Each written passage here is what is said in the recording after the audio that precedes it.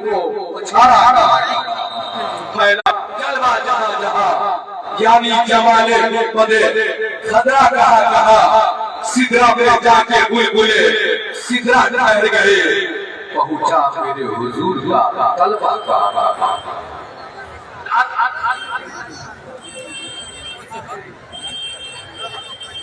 ہمارے فرشتے خطہ حصار میں ہندوستان کا دو عظیم شاعر ابھی موجود ہے. ایک طرف شاعر اعظم ہندوستان حضرت توصیف رضا جامی سیتابڑی، دوسری جانب جو اس وقت بڑی تیزی کے ساتھ 786 کے اسپیڈ سے سکنور پورے ہند و نیپال کا سفر کر رہا ہے عظیم شاعر حضرت شہباز رضا نوری القدری کی بھی آمد ہو چکی ہے. حضرت کی تقریر کے بعد فوراً یہ دونوں شاعر آپ کی خدمت میں آئیں گے. حضرت کو جانا ہے، گاڑی بھی ہے، بہت تیزی کے ساتھ آپ کہاں بھی حضرت کی تقریر سننے کے لیے تیار ہو جائیں گے. عالم اسلام کا وزیر، اسلامی اسکالر، ارباب و دانش، بڑی بڑی یونیورسٹی کے پروفیسر، لیکچرار، ادبیات، مذہبیات، رسمیات، اسلامیات کے دامن محبت میں کرنے والے لاکھوں افراد، لاکھوں دانشور، خطیب الہند حضرت علامہ ڈاکٹر محمد احمد بریلوی پروفیسر جامعہ ہمدرد یونیورسٹی کا خطاب آغاز کرنے کے لیے تیار و بیدار ہو جائیں گے. حضرت تشریف لا رہے ہیں، استقبال کیجیے. ہمارے مہمان خطیب ہیں، پہلی مرتبہ آپ کے شہر میں آئے ہیں، اس لیے آپ سے گزارش ہے محبتوں کے ساتھ دونوں ہاتھ ملانا چاہیے تاکہ لگے حضرت کو لگے کہ میں کہیں گیا تھا، میں عاشقوں کے بیچ میں گیا تھا. سبحان اللہ، ہم دیوانوں کے بیچ میں گئے تھے، اس لیے پورا مجمع عشق و وفا کے غیرت میں ڈوب کر استقبال کیجیے.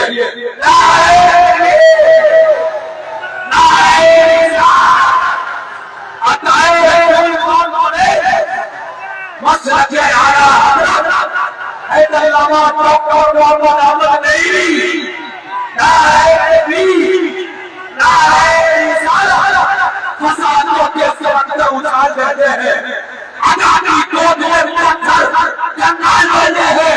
اب آ رہے ہیں اعلیٰ حضرت وہ شیر جو نفسیت کا جنازہ نکال دیتے ہیں.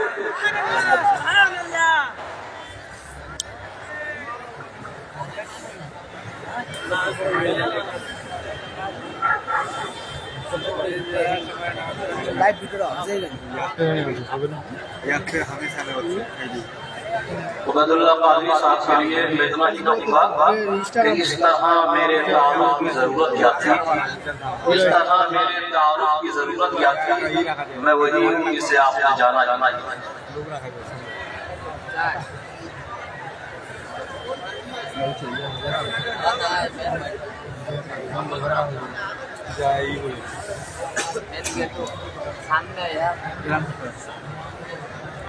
ممبر رسول پر تشریف فرما